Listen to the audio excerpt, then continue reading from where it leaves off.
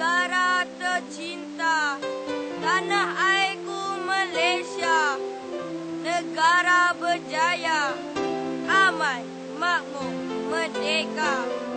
Negara membangun, rakyat bersatu padu, bersama berusaha mencapai cita-cita. Warga berjiwa merdeka, tiada permusuhan, tiada permalahan, tiada peperangan. Berganding memperteguh benteng, bersatu menangkis pancaroba. Keselamatan terjamin, kemakmuran dinikmati. Malaysia, ku sanjung namamu.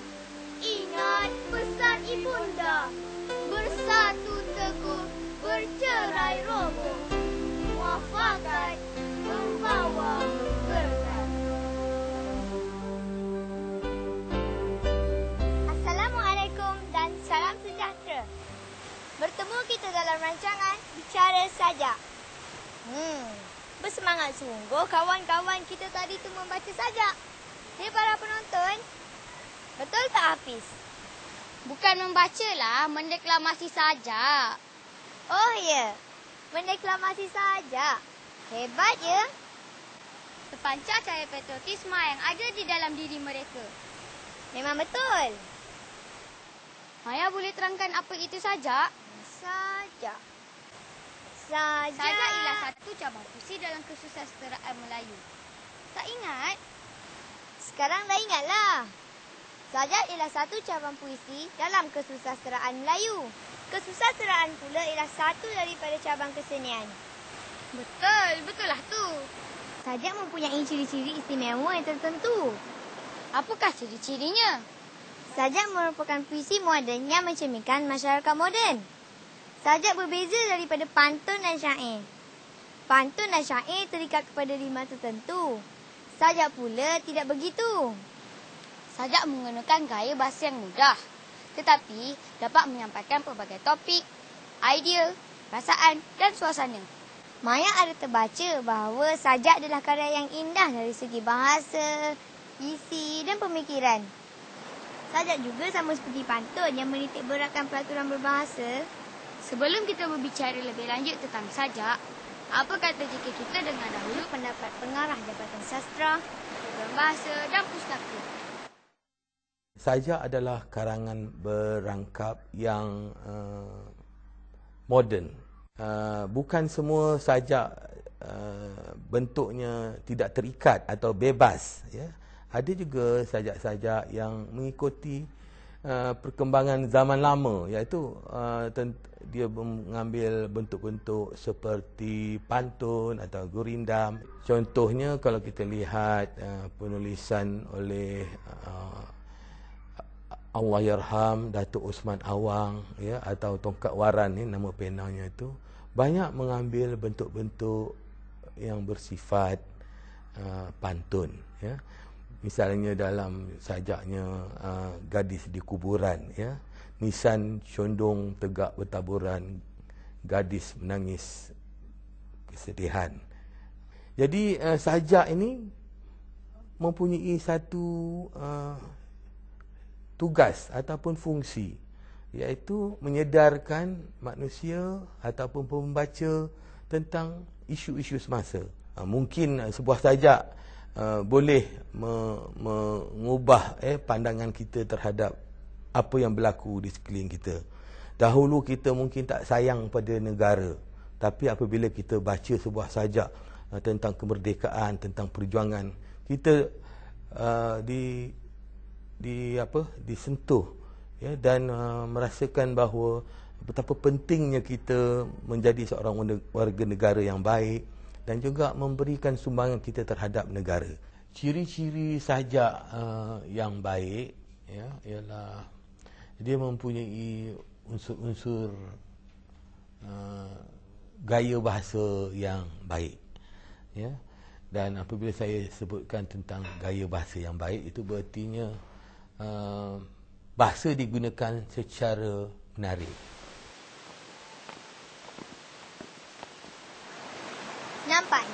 kita ada lebih maklumat tentang sajak. Lagi banyak maklumat, lagi bagus. Bukankah zaman kita sekarang ini zaman ledakkan maklumat? Kalau begitu, kita dapatkan pula maklumat daripada seorang budayawan Melayu yang terkenal dari Melaka. Beliau ialah Tan Sri Datuk Wira Haji Abdul Aziz Tapa. Macam orang pakai sompok. Kalau sompok tu orang tu mukanya bulat, sompoknya bulat juga tak berapa saja. Mau kena tinggi sikit. Jadi mana saja itu sesuai. Jadi yang sebab dikatakan sajak ni perkataan itu sesuai. Kalau aku ikutkan hatiku, nascaya ku belenggu engkau. Tetapi oleh sebab cara kemanusiaan, ku pujuk engkau jadi begitu. Jadi itu sajaannya. Dia ada perhubungan yang sesuai. Sajak tidak seperti pantun yang terikat dengan rima yang tertentu, ya Maya? Ya, Hafiz. Walau bagaimanapun, keindahan bahasa dalam sajak tetap terselah. Perkataan sajak itu sendiri menggambarkan keelokan bahan sastera tersebut. Sekarang, mari kita dengar pula deklamasi sajak yang akan disampaikan oleh adik Nur Syafiqah. Sajak ini ditulis oleh Syakir Sufian. Komputer peribadiku, kehadiranmu amat bermakna. Kerja sekolahku mampu ku selesaikan. Meskipun hargamu mahal, pengorbananmu tinggi tiada ternilai. Komputer peribadiku, segala masalah yang ku hadapi, kau bantu, kau selesaikan. Pengganti guru waktu lapang. Keranamu maklumat baru mudah ku teroka. Ilmu terkini selesa ku selami. Bumi dan angkasa luas ku hayati. Semuanya tercapai di hujung jari. Sebuah sajak mengandungi mesej yang tersendiri. Sajak tidak dicipta tanpa tujuan tertentu. Isi sajak mungkin dapat difahami berdasarkan baris-baris atau rangkap-rangkap dalam karya tersebut. Sajak itu ada kalanya penting, ada kalanya kurang penting.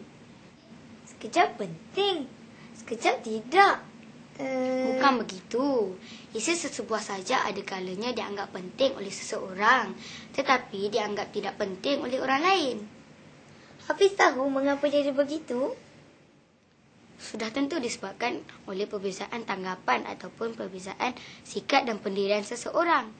Lagipun, penting atau tidak isi sesuatu sajak itu kerap juga disebabkan oleh perbezaan tahap ilmu, pegangan, pengalaman dan pemikiran seseorang.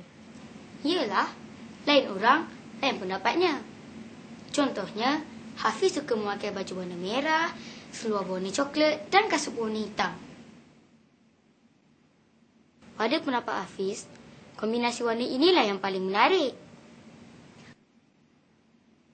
Maya pula suka memakai baju warna biru, seluar warna biru dan kasut berwarna hitam. Pada pendapat Maya, inilah kombinasi warna yang menarik. Betullah kata orang-orang tua. Banyak udang, banyak garam. Banyak orang, banyak ragam. Rambut sama hitam, hati lain-lain. Maya tak setuju. Maya memang tak setuju. Mengapa pula? Pada zaman internet ni, tidak semua orang berambut hitam. Ya tak ya juga ya. Rambut orang sekarang ini beraneka warna. Ada warna merah, jingga, kelabu, coklat dan putih. Bahkan rambut warna hijau dan biru pun ada. Begitu jugalah isi sajak. Sajak yang dicipta mengandungi pelbagai-bagai isi yang berbeza. Sajak itu pula ditafsir menurut tanggapan yang juga berbeza berdasarkan sikap dan pendirian seseorang. Ya, tidak dapat disangkal lagi. Mari kita teliti isi sajak seterusnya.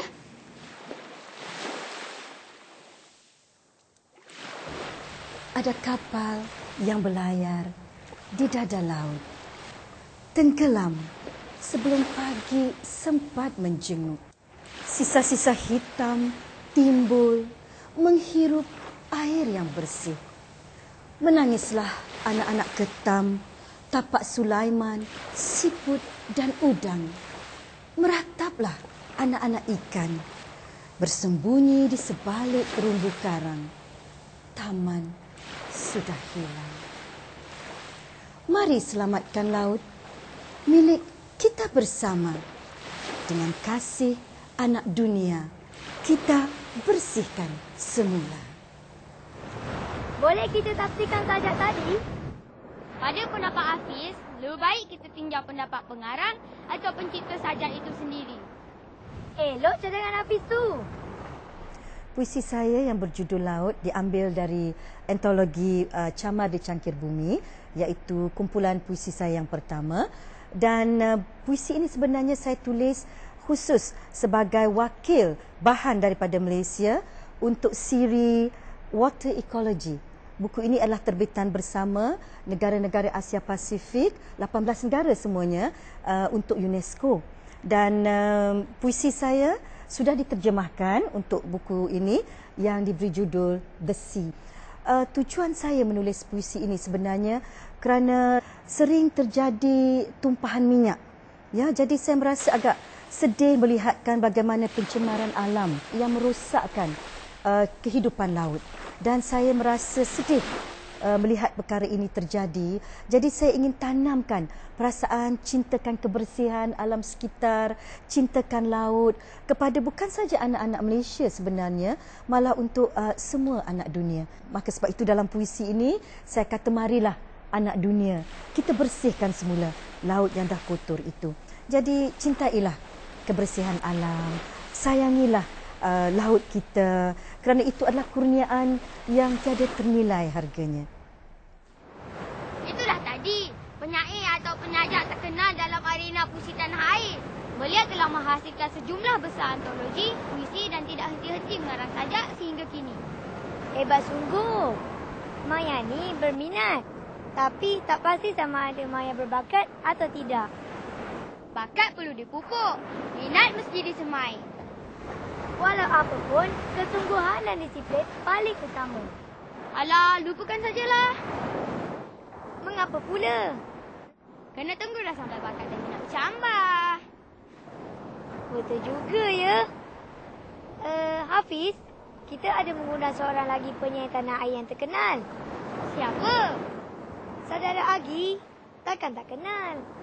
Nama penuhnya Abdul Ghaffar Ibrahim. Baiklah, mari kita saksikan apa yang dia berkatakannya. Saya sendiri ada juga melakarkan, mencipta sebuah sajak yang bersangkut paut dengan gagak, burung gagak. Cuba kita dengar apa yang diwakili dalam sajak saya tentang burung gagak. Gak, gak, gak.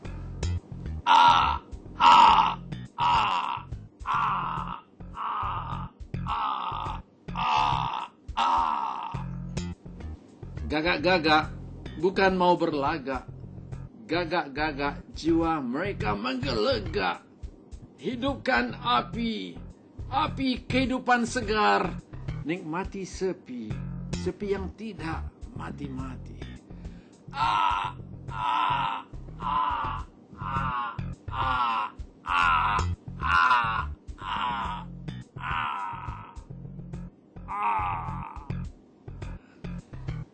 Mereka mematikan kesunyian, kemerduan suara.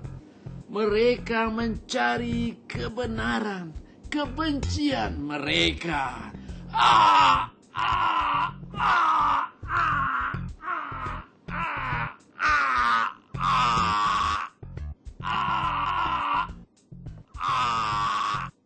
Dalam puisi ini, saya ingin menggambarkan tentang bagaimana kita hidup dan mempertahankan kehidupan itu. Jadi, kita mesti cinta pada alam, alam semula jadi, dan mesti kita amalkan hidup bersih. Kerana persekitaran yang kotor, mesti banyak nyamuk. Nyamuk Aedes, nyamuk malaria, dan persekitaran yang kotor, mesti banyak gagak. Sampah-sampah yang tak diangkut, mesti banyak lalat. Justru itu, alam sekitar yang bersih adalah nikmat kepada manusia dan boleh menyelamatkan tamadun kita. Wah, hebatnya. Kagumlah Hafiz. Apabila menyaksikan saudara Agi mendeklamasikan sajak, timbul pula keinginan Maya untuk menjadi seperti beliau. Hafiz pun tertarik juga. Tetapi, entah bila Hafiz dapat mendeklamasikan sajak dengan gaya yang hebat begitu. Nak tanya sikit, boleh? Boleh. Pernah mengarang sajak sebelum ni? Maya pernah. Agak-agak? Aku dah. Memang tak pernah pun. Tekan sajak beruntai-untai, seuntai pun entah. Jangan pandang rendah tau. Marah. Buat apa nak marah? Selalu marah, cepat tua. Baguslah kalau begitu. Maya memang meminati sajak. Hafiz tahu, Maya selalu menonton rancangan sajak yang disiarkan oleh RTM. Dalam banyak-banyak sajak yang Maya tonton, tentu ada sajak yang paling Maya gemari. Mestilah. Maya sangat tertarik hati dengan sajak Profesor Rahman Syahri yang bertajuk Pesan Bapa 1-1. Boleh kita saksikan? Sudah tentu.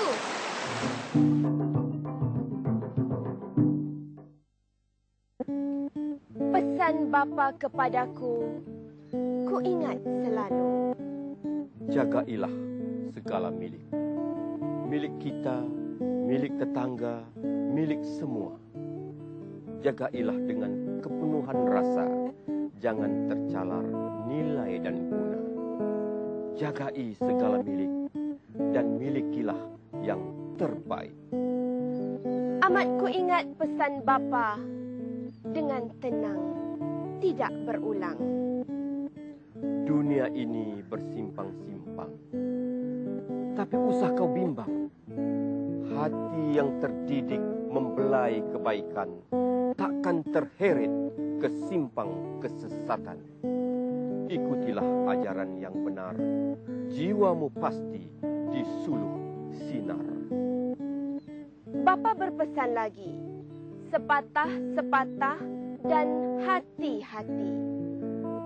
Hidup ini dalam ukuran, ini ruang dengan kecantikan. Detik berlangsung dalam kemolekan. Alam ini keindahan, indah awan, indah gelombang, indah hati ketika tenang. Ini pesan keempat, sering aku berulang ingat. Akal insan terhad anakku. Betapapun kita mencintai ilmu, tak mungkin segala dipahami isi dan makna zat ilahi.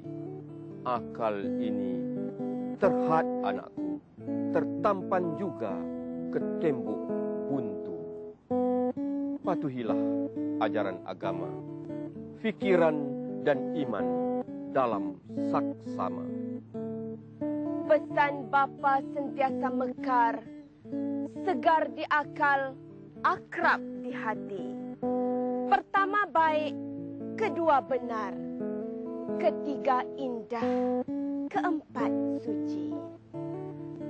Pesan bapa terpaku di hati, baik, benar, indah dan suci.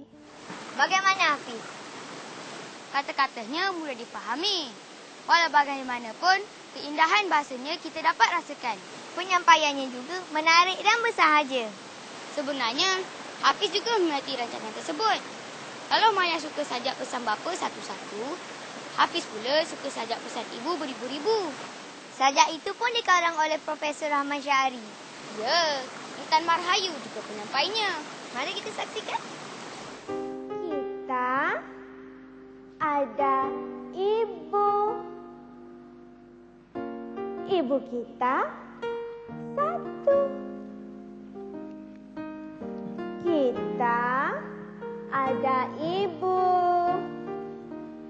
ibu kita satu. Pesanannya beribu-ribu. Kita ada ibu. Ibu kita satu. Pesanannya beribu-ribu. Setiap langkah kita diiringi pesanan ibu. Buat begini, jangan begitu. Bacalah buku selalu. Kukuhkan diri dengan ilmu. Pilihlah kawan yang mulia hati. Tolaklah kawan pementing diri. Pilihlah kawan yang punya petunjuk. Tolaklah kawan penagih rokok. Mengapa agaknya pesan bapa satu-satu, sedangkan pesan ibu beribu-ribu? Di situlah letaknya perbezaan tafsiran bagi sesatu saja. Bagaimanapun, mari kita ikuti apa kata penulisnya. Dalam perhatian saya, sama ada ibu ataupun ayah, kedua-duanya memberikan perhatian yang banyak kepada anak. Tetapi berbeza di antara ayah dengan ibu ini. Ibu memberikan perhatian kepada hampir kesemua perkara yang difikirkan perlu dinyatakan kepada anaknya. Kesemua perhatian ini, kesemua perkara ini disebutkan kepada anak. Kalau dia risau tentang hal ini, kalau dia berasa curiga, bahkan kalau dia nak memuji pun, dia akan memuji satu perkara itu dan dia akan mengatakan supaya eloklah buat begini, jangan tidak buat begini. Jadi kalau sekiranya yang baik itu akan dipesan supaya dibuat selalu, kalau sekiranya yang kurang baik itu akan dihalang, akan dilarang selalu. Walaupun perkara itu perkara yang kecil. Kalau perkara yang besar, lebih-lebih lagi lah. Jadi ini berbeza daripada bapa. Bapa menghimpun sesuatu pesan itu supaya dapat dipadukan menjadi satu perkara yang penting. Jadi disebut sekali banyak perkara yang berrentetan. Kalau disebutnya satu pesan itu, maksud ayah ialah pesan itu boleh disambung-sambung sendiri oleh anak. Itu berbeza daripada ibu supaya setiap satu itu masuk ke fikiran anak. Tapi bagi ayah, satu perkara itu biar dipikirkan sendiri lebihannya. Ini menyebabkan pesan ayah itu dikatakan satu-satu, manakala pesan ibu beribu-ribu. Alangkah bagusnya kalau Hafiz jadi penulis sajak yang terkenal seperti Profesor Rahman Syahari. Maya rasa, korang juga ramai yang berminat menjadi penyajar seperti beliau. Kalau begitu, mari kita lihat kaedah beliau menulis sajak. Pada peringkat awal, saya memberikan perhatian kepada pantun. Pantun ini satu seni bahasa yang cukup menarik kerana bunyi akhirnya itu berselang-seli dan kerana rangkapnya itu terbina daripada baris-baris yang sama panjang. Jadi, seseorang yang mau memahami seni yang dapat dibina daripada bahasa, kajilah pantun. Terutama pada masa dahulu saya berfikir begitu. Kemudian, daripada pantun itu, saya melangkah ke puisi moden. Mula-mula, puisi moden yang hampir-hampir sama dengan pantun. Misalnya apabila saya membaca sajak Usman Nawang misalnya. Sajak Usman Nawang itu bunyinya macam pantun dari segi kepanjangan barisnya. Kami mengunjungi pusara bunda, sunyi pagi disinari surya. Wangi berseri, puspa Kemboja menyambut kami, mewakili bunda. Perhatikan, sama panjang. Bunyi akhirnya sama seperti syair, tak seperti pantun. Tetapi Usman Nawang tidak mencipta karya itu untuk dilagukan seperti syair. Jadi kita katakan sajak itu dekat dengan pantun. Daripada sajak-sajak yang seperti ini, kita melangkah lagi kepada sajak yang lebih dekat pada sajak moden sekarang ini. Yang bunyinya bunyi hujungnya tidak sama. Lepas itu baris pula tidak sama panjang. Jadi ini pada dasarnya lebih mudah dibuat. Kerana kita tidak tertakluk kepada panjang baris dan bunyi yang sama. Cuma yang menyulitkannya ialah bagaimana kita hendak menghimpun, mengumpulkan idea. Idea itu hendak disatukan supaya menjadi berseni. Kalau sekiranya kita kata apa-apa saja, kata-kata itu tidak sampai ke perasaan, tidak mantap dari segi fikiran, maka karya itu tidaklah boleh dianggap sajak yang berkesan. Jadi saya ketika hendak menulis sajak, saya fikirkan mula-mula sekali apakah baris yang cukup berkesan kalau disebutkan.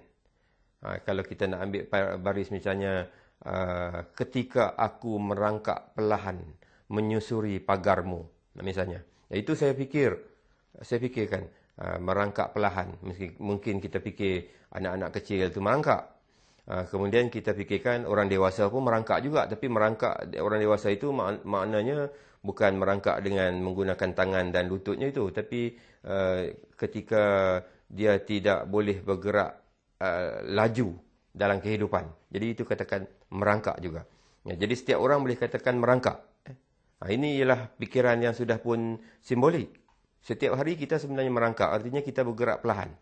Jadi menyusuri pagarmu itu maksudnya menyusuri pagar masa. Setiap orang sebenarnya menyusur pagar masa. Jadi masa yang menjaga kita.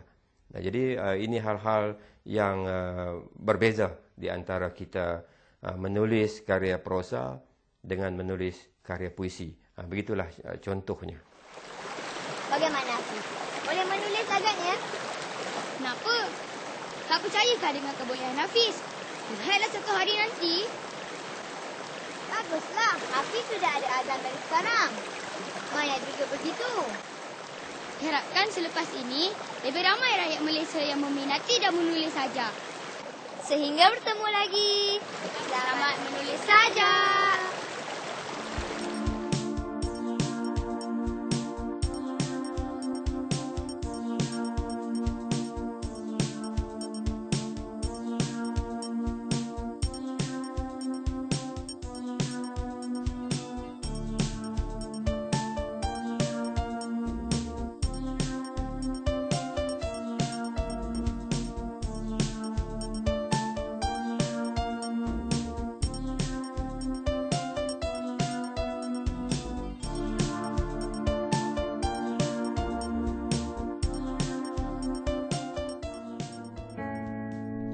Pesan Bapa sentiasa mekar, segar di akal, akrab di hati. Pertama baik, kedua benar, ketiga indah,